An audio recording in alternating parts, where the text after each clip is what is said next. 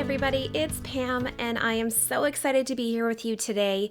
We are going to do a quick tutorial for the Monogram coasters. I know some people are new to tapestry crochet or they're not used to reading from a graph, a chart. So I'm going to be here just doing a quick little couple of rows to show you what one of the letters would look like. So today I'm using some worsted weight cotton yarn for coasters. I feel like I want to make sure the yarn choice I'm using is something that will hold up really well in the wash and be absorbent because that's kind of the point of a coaster. So I have a ball of loops and threads cotton that I actually cut up. There were several colors in the ball. They all look really beautiful together, but I wanted to control the color changes so that I can control where I'm putting my colors for the letters. So I actually just cut up a ball and wound each color into its own little ball. So I'm going to pick these two for my next coaster. As you can see, I've already made an A and I have a T over here, so you can kind of get an idea of what it would look like. There are a few different ways that you can do tapestry crochet, and I'm going to show you a way that involves working each row. If you're looking at your graph, each row will be worked from the right to the left in the back loops only. So I actually made up another swatch here that you can see where I did not fasten off each row, and instead I turned and worked the first row right to left, the next row left to right. And I went back and forth without cutting my yarn. And then in this one, you can see I cut off at the end, which is why I have all of these ends. And I started each row on the right side of my graph and worked right to left. Now with a side-by-side comparison, I think you can see that the one on the left gave us a much crisper letter. So that's the tutorial I'm going to show you. The cute thing about these coasters is I'm not so worried about weaving in the ends because I think it looks adorable with the little fringe. If it bothers you, by all means, go ahead and weave them in. I love the little fringe. It's really trendy now with the mug rugs and coasters that we're seeing everywhere. So that's my choice. I'm sticking to it. I am saving myself all that work. All right, so just talking about graphs again for a little bit. On the chart that I have on my website, you will see that I have all 26 letters. The way you're going to read that particular graph is exactly how you see the coaster in front of you. Each stitch represents one square on that graph. So you will see along the bottom of the graph, I have numbered the rows 1 to 19. And then going straight up, they're numbered 1 to 20. So when you're reading your graph, each stitch is one square. So it is really easy to follow along. So for the letter I'm going to do for the tutorial, since I've already made a T and an A, I'm going to go ahead and make an S. So here I have the first 4 rows worked. Just trying to remember which way I started. So here we go. So here's the first 4 rows of my coaster. And now I'm going to start on row 5, which is the first row that has a color change in it. So you'll see that I do have 2 different colors at the ends, and that's because even though I am not changing a color, I am still working over that second color all the way across so that I have the same thickness through the entire coaster, because you don't want only the parts where the letter are to be a little raised and bumpy, because then your glass or your coffee cup won't sit nicely. So here we are, row 5. And I have my 2 colors here. So what I'm going to do is I'm going to join again in the first stitch of row 4. And I'm going to join my yarn. So I just do that with a little slip stitch and a chain 1 like this. Now, again, through this entire pattern, we're going to just work single crochet stitches, but we're going to do it in the back loop only.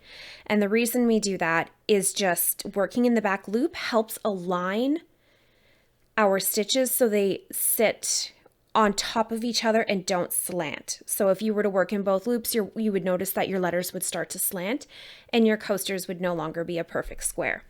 This helps not only trick the eye, but it keeps your stitches aligned. So we're going to do it in the back loop. And this part is the trickiest, but then I promise it gets easy.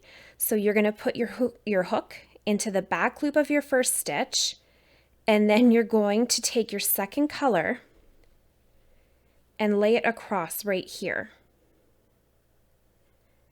And you're going to kind of hold that, and then you're going to work the rest of your stitch like so.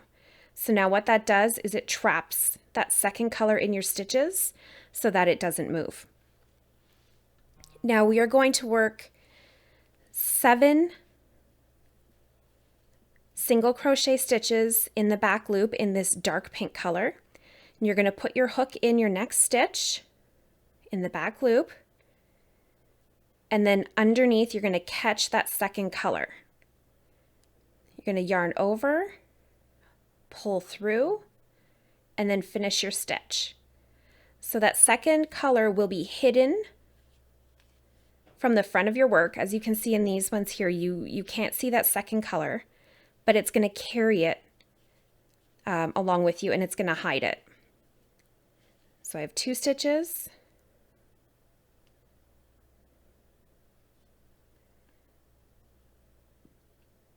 Three,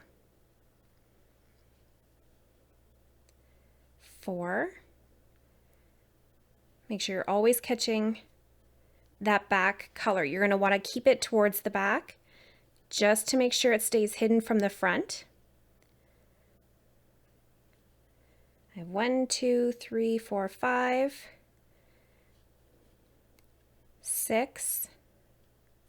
Oh, and if it does start to pull through a little bit, just give it a gentle tug to hide it. And then on my 7th stitch, so 1, 2, 3, 4, 5, 6, this is where I'm going to change my color, is in the 7th stitch, which is the stitch before the color change. So you're going to put your hook in the back loop, pull up a loop in the first color, then you're going to drop that yarn and pull through and finish with your second color. So now we're going to work the next 4 stitches in our second color. So we're going to insert our hook. This time we're going to catch that first color, yarn over, pull through, and then finish. And we're going to do that for 4 stitches. 2, 3, and then remember on the last stitch before you want to change your color, you're going to insert your hook, pull up your color, drop the color you're using, and then finish your stitch in the second color. Now I'm going to work the remainder of the row in that first color.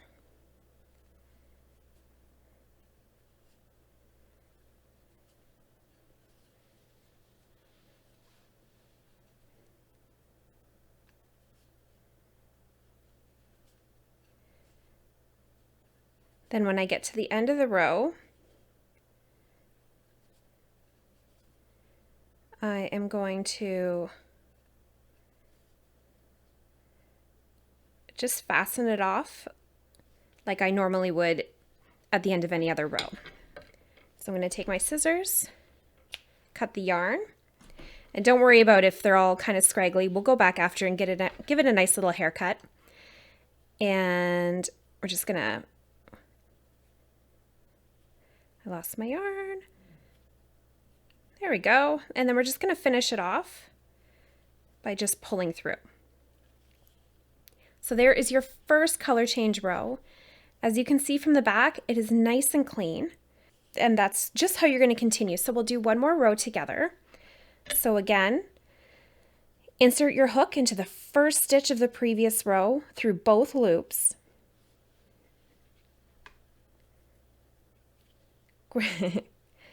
Grab your first color.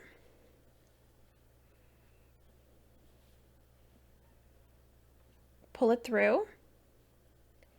Just make sure you have enough of a tail that it doesn't come all the way through on you.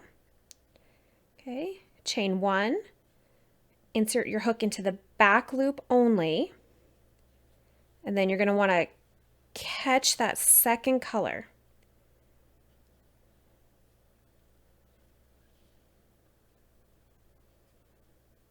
And then finish your single crochet. So for this row, instead of doing 7 in the hot pink, I'm going to do 6. So I've done 1, 2, 3, 4, 5, and then this will be the one where I change colors. So I'm going to insert my hook, make sure that second color is on top of your hook, yarn over, drop your first color, and finish off your stitch with the second. And now we're going to trap that first color behind, insert a hook, pull up a loop, and finish your stitch. And we're going to do 6 stitches in this color. 1, 2. So here you can see where the hot pink color kind of got pulled through a little bit right there. So all I'm going to do is just tug on it a little bit, and it'll bring it back to the back of the stitch. Oh, I almost did it again. 3,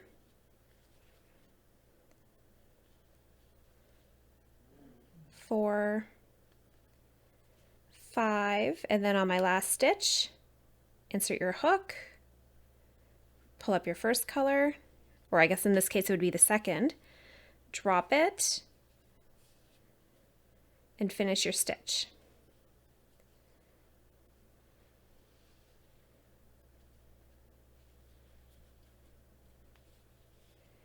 One. I didn't even catch the loop.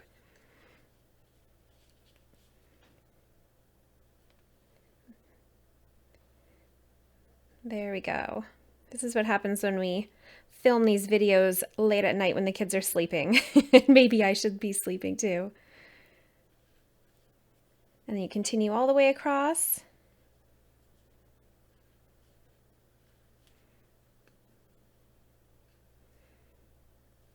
And then you get to your last stitch.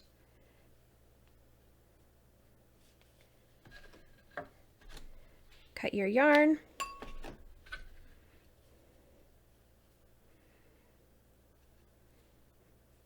And there we go. And there are the first 2 rows of the letter S monogram coaster.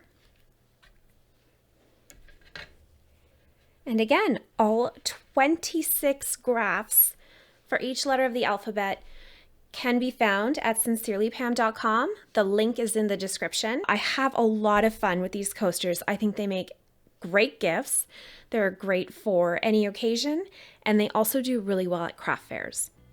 I really hope you liked the monogram coaster tutorial today. If you did, I would love it if you could like this video, and please subscribe to my channel. Thank you so much. We'll see you again soon. Bye.